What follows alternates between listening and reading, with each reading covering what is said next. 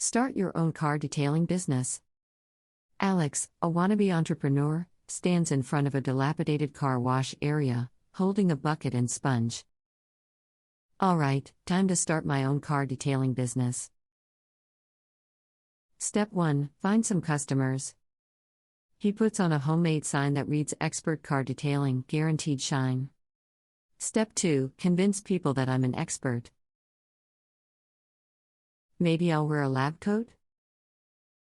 He puts on a lab coat over his regular clothes and starts scrubbing a car with enthusiasm. Step 3: Make sure to scrub away any doubts and bird droppings. He accidentally sprays himself with a high-pressure hose, causing everyone to burst into laughter. Step 4: Learn to control the equipment. And maybe invest in a raincoat.